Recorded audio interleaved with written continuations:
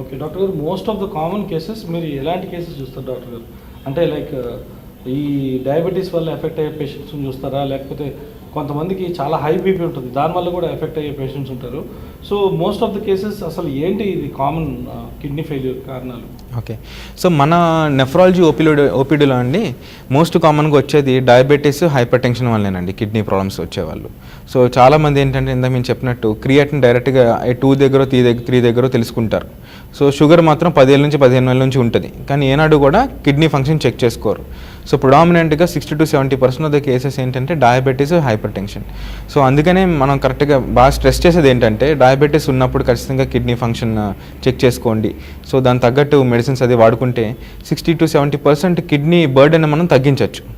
ఈరోజు మనకి ఏంటంటే రూరల్ ఇండియాలో ఒక స్టడీ చేస్తే ప్రతి 100 మెంబర్స్కి 17 నుంచి 18 మందికి కిడ్నీ ప్రాబ్లం ఉందని బయటపడింది. అది చాలా పెద్ద పర్సంటేజ్ అన్నమాట. ఓకే, సో డాక్టర్ గారు ఇప్పుడు మనం ఈ చాలా మటుకు మనం ఉప్పు కారం లేనిదే మనం తినలేము. సో ఆ ఉప్పు కారం కూడా కారణమే, and at the same time sugar అది కూడా ఒక రకంగా కారణమే కిడ్నీకి. సో ఈ వీటిని అయితే ఎలాగో అవాయిడ్ చేయలేము, but what can be the other alternative of food or something else? అంటే దీన్ని ఒక ఏజ్ వచ్చిన తర్వాత ఏ విధంగా కంట్రోల్ చేసుకోవచ్చు? ఓకే, సో ఇప్పుడు మనకేంటంటే సాల్ట్ కోసం మాట్లాడారు కాబట్టి సో చాలా క్లియర్గా చెప్పేది ఏంటంటే సాల్ట్ తగ్గించమని చెప్తాం.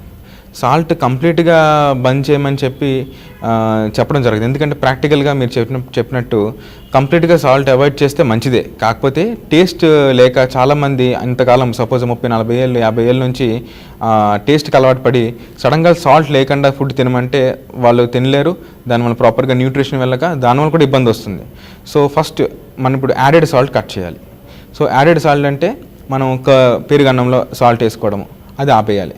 సో వితౌట్ సాల్ట్ తినడం. తర్వాత నెక్స్ట్ పికిల్స్ నంచుకునే అలవాటు ఉంటుంది, సాల్ట్ ఫుడ్, తర్వాత ఈ చిప్స్ ఇలాంటివన్నీ మనం అవాయిడ్ చేయొచ్చు. అది పెద్ద కష్టమైన విషయం కాదు. ఫస్ట్ అటువంటివన్నీ కట్ చేసుకున్న తర్వాత దెన్ లేటర్ ఆన్ మనం వండుకునే కర్రీస్లో కానివ్వండి అప్పుడు కూడా కొద్దిగా సాల్ట్ తగ్గించడం స్టెప్ బై స్టెప్ అయితే ఖచ్చితంగా చేసుకోవచ్చు అనమాట. ఇలాంటి ఇంట్రెస్టింగ్ వీడియోస్ కోసం తప్పకుండా మా ఛానల్ని సబ్స్క్రైబ్ చేయండి.